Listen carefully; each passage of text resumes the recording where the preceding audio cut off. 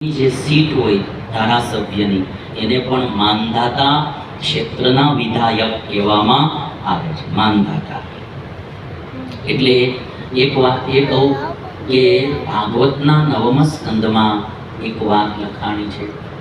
તમે બધા જાણો છો કે આ 7મ મન્વંતર ચાલી રહ્યું છે.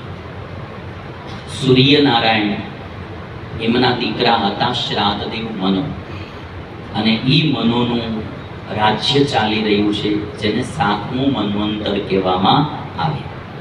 બ્રાહ્મણો પૂજા વિધિમાં કહેતા હોય સપ્તમ મન્વંતરે, તો આ 7મા મનુનું રાજ ચાલી રહ્યું છે. એમાં સૂર્યનારાયણ, જેનું બીજું નામ છે વિવસ્વાન, અને એમના દીકરા થયા શ્રાદ્ધદેવ મનુ. એટલે શ્રાદ્ધદેવ મનુને વૈવસ્વત કહેવામાં આવે. સૂર્યનારાયણનું નામ વિવસ્વાન છે અને સૂર્યનારાયણના દીકરા શ્રાદ્ધદેવ મનુ, એટલે સૂર્યનારાયણ વિવસ્વાન એના દીકરા હોવાથી વૈવસ્વત. વિવસ્વાન જે છે વિવસ્વતઃ અપત્યમ ઇતિ વૈવસ્વત, એટલે એને વૈવસ્વત મન્વંતર કહેવામાં આવે.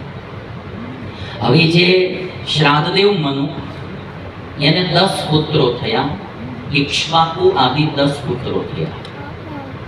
અને જે ઇક્ષ્વાકુ થયા એ ઇક્ષ્વાકુના વંશમાં જ ભગવાન શ્રી રામ પ્રગટ થયા. સૂર્યનારાયણ એમના પુત્ર શ્રાદ્ધદેવ મનુ, શ્રાદ્ધદેવ મનુના પુત્ર ઇક્ષ્વાકુ, અને ઇક્ષ્વાકના વંશમાં ભગવાન શ્રી રામ પ્રગટ થયા. પણ ભગવાન શ્રી રામ પ્રગટ થાય એ પહેલા માનધાતા રાજા એ વંશમાં પ્રગટ થયેલા. અને માનધાતા અહીંયા આ સ્થાન ઉપર રાજ કરતા, એટલા માટે આ ક્ષેત્રને માનધાતા ક્ષેત્ર કહેવામાં આવે છે. ભાગવતના 9મ સ્કંદમાં આ કથા લખાણી. ઇક્ષ્વાકુના દીકરા હતા વિકુક્ષી, વિકુક્ષીના દીકરા હતા પુરંજય, અને આ પુરંજય એવા શૂરવીર હતા કે દેવતાઓ જ્યારે દાનવોથી હારતા હતા ત્યારે એને પુરંજય પાસે સહાય માંગેલી. અને એ વખતે પુરંજયે એવું કહેલું કે ઇન્દ્રદેવ મારું વાહન બને તો હું તમારા પક્ષમાં લડવા માટે આવું. થોડી વાર તો ઇન્દ્રદેવે ના પાડી, પણ પછી હવે જરૂર હતી એટલે નો છૂટકે એ પછી વાહન બન્યા. અને પુરંજય ઇન્દ્રદેવ બળદ બન્યા, અને એના ઉપર પુરંજય બેઠા અને દેવતાઓની સહાય કરેલી. એ પુરંજય જે છે એટલા માટે એ પુરંજયના 3 નામ પડ્યા. પુરંજય, પૂરને જીતનારા. ઇન્દ્રવાહ, એટલે ઇન્દ્રને જેને વાહન બનાવ્યું એ ઇન્દ્રવાહ. અને કકુત્સ્થ, કોટ જે હોય બળદની કોટ આપણે જે કહીએ એને કકુત કહેવામાં આવે સંસ્કૃતમાં. ન્યા બેસી અને દાનવો સાથે એને યુદ્ધ કરેલું, એટલે એને કકુત્સ્થ કહેવામાં આવે. એ જે પુરંજય હતા, આવા મોટા પુરંજય, અને ઇન્દ્રને વાહન બનવું પડ્યું એવા પુરંજય, એના વંશમાં માનધાતા થયા. હું તમને આ માનધાતાનો મહિમા બતાવું છું, કેવા કેવા એના પૂર્વજો હતા માનધાતા. અને એમ કહેવાય કે નો છૂટકે ઇન્દ્રને બી વાહન બનવું પડ્યું એવા એ પુરંજય, એના વંશમાં યુનાશ્વ રાજા થયા. અને યુનાશ્વ રાજા જે હતા એને સંતાન કોઈ નહોતું, એટલે વનમાં જતા રહેલા. અને વનમાં ઋષિ મુનિઓની આગળ વાત કરી, મારે કોઈ સંતાન છે નહીં, મારો વંશ નિર્વંશ જશે. ત્યારે ઋષિઓએ એમને એક યજ્ઞ કરાય, ઇન્દ્રદેવનું યજ્ઞ કરાય. આમાં તમે બધી વાત જોજો બાલસમી. પુરંજયે ઇન્દ્રને વાહન બનાવ્યા, એના ઇન્દ્ર પાછા સપોર્ટ કરે એ તમે જોજો, બહુ સમજવા જેવી વાત. એટલે ઋષિ મુનિઓએ કીધું તમે એક યજ્ઞ કરો, અને યજ્ઞ કર્યો, ઇન્દ્રદેવનો યજ્ઞ કરાવડે. વિકુક્ષી યુનાશ્વ પાસે ઇન્દ્રદેવનો યજ્ઞ કરાવે. હવે બહુ યજ્ઞ ચાલતો હતો, અને એક પાત્રમાં પાણી ભરી રાખેલું, અભિમંત્રિત જળ ઋષિ મુનિઓ, અને યજ્ઞ આખો ચાલે. રાત્રે આ યુનાશ્વ રાજાને તરસ લાગીને તો એ જળ પાવાનું હતું એની પત્નીને, કારણ કે પુત્ર પ્રાપ્તિ થાય એટલે ઋષિ મુનિઓ યજ્ઞમાં મંત્ર બોલી અને અભિમંત્રિત કરેલું જળ એ રાખી મૂકેલું એની પત્નીને પાવાનું હતું. પણ રાત્રે આને તરસ લાગી ને ત્યાં યુનાશ્વ રાજા પી ગયા પાણી. હવે ઈ પાણી પી ગયા એટલે એની કુખમાંથી બાળકનો જન્મ થયો, પુત્રનો જન્મ થયો. ઈ માનદાતા, એની કુખમાંથી પુત્રનો જન્મ થયો. હવે પુત્રનો જન્મ થયો પણ જન્મ્યા પછી બાળક રડે સ્તનપાન કરવા માટે. પણ હવે સ્તનપાન ક્યાં કરવું? યુવનાશ્વ રાજાથી આની ઉત્પત્તિ થઈ. હવે માં હોય તો એને સ્તનમાં ભગવાન ઓલરેડી અગાઉથી બાળક માટે દૂધ તૈયાર કરી રાખે. એવી કુદરતની બહુ અજાયબી છે, આખી કળા છે કે બાળક જન્મવાનું હોય પહેલા એનો આહાર તૈયાર કરી રાખે. પણ હવે આને તો સ્તન હોય નહીં તો યુવનાશ્વ દૂધ ક્યાંથી પાય? એટલે બાળક રડતું હતું.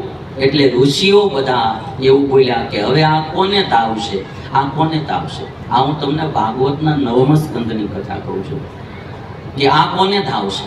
અને ત્યારે વ્યાસ પ્રભુએ શ્લોક લખ્યો. ઋષિઓ બોલે કમ ધાસ્યતિ કુમારોયમ, કમ ધાસ્યતિ અયમ કુમારઃ, અયમ કુમારઃ અયમ બાલકઃ કમ ધાસ્યતિ. કોને ધાવશે આ બાળક? હવે પિતાથી જન્મ્યો છે. કમ ધાસ્યતિ કુમારોયમ સ્તન્યમ રોરુયતે કુશકૃશમ. આ દૂધ માટે રડી રહ્યો છે, કોને ધાવશે? કમ ધાસ્યતિ કુમારોયમ સ્તન્યમ રોરુયતે કૃશમ મામ ધાતા વત્સમારોદિ ઇતિન્દ્રો દેશિનીમ દદા, ઇતિન્દ્રો દેશિનીમ દદા. ઋષિઓ બધા કહે છે કે આ બાળક કોને ધાવશે, કોને ધાવશે. અને ત્યારે ઇન્દ્રદેવનો યજ્ઞ કરેલો એટલે ઇન્દ્રદેવ પ્રગટ થયા અને ઇન્દ્રદેવ કહે છે મામ ધાતા, મને ધાવશે. મામ એટલે મને, અને સંસ્કૃત શબ્દ છે બરોબર છે ભવિષ્યકાળનું ધાતા, ધાતા એટલે ધાવશે. મામ ધાતા એટલે મને ધાવશે. મામ ધાતા વત્સ મારોદિહિ, હે વત્સ, હે બાળક તું રડમાં, તું મને ધાવ. અને ત્યારે ઇન્દ્રદેવે પોતાની આંગળી, જમણી હાથની આ આંગળી, તર્જની આંગળી, એ એના મોઢામાં દીધી અને એનાથી એ બાળકનું પોષણ થયું. ઇતિન્દ્રો દેશિનીમ અદા, દેશીની આંગળી આપી, એનાથી એને ધવડાયો. એટલે એ બાળકને શું કહેવામાં આવે? માનધાતા. અને માનધાતાનું રાજ્ય ક્ષેત્ર એટલે આ સામે દેખાય પર્વત. તમારે આટલું જાણવું હોય તો કેટલું વાંચવું પડે. થેન્ક યુ કયો સત્શ્રીને, થેન્ક યુ. એને નિર્ગુણ સ્વામી આમ જોતા હતા કે આવું બધું આવે છે એમ. બોલો પૂછો, એ બી આમ આશ્ચર્યચકિત થઈ ગયા એમ કે આવું બધું આવે છે એમ. તો ઈ માનતા હતા. એટલે મેં જે પુરન છે એમના પૂર્વજોએ ઇન્દ્રને વાહન બનાવ્યા, એના વંશમાં ઉત્પન્ન થયેલા માનદાતા. અને પાછા ઇન્દ્રદેવને ધાવીને મોટા થયેલા ઈ માનદાતા. અને પૂર્વજો એવા એના મનુ રાજા હોય, ઇક્ષ્વાકુ હોય, બધા સૂર્ય, મનુ, ઇક્ષ્વાકુ, એના વંશમાં પુરંજય, એના વંશમાં માનદાતા રાજા થયા. અને વળી પાછા માનદાતાના જે પુત્ર થયા ઈ મુચકુંદ રાજા થયા. અને ગિરનારની ગુફામાં ઈ મુચકુંદ રાજા પાછા દેવોને સહાય કરવા ગયેલા. માનધાતાના પૂર્વજ પુરંજય પણ દેવોને સહાય કરવા ગયેલા. અને માનધાતાના વંશમાં થયેલા મુચકુંદ રાજા ઈ પણ દેવતાઓને સહાય કરવા ગયેલા. અને દેવતાઓએ ત્યારે વિજય પામીને કીધું રાજા તમારે જોઈએ તે માગો. તો કહે છે મને મોક્ષ આપો. તો કહે છે મોક્ષ તો એક ઈશ્વરના હાથમાં છે, બીજું કંઈક માગો અમે મોક્ષ નો આપી શકીએ.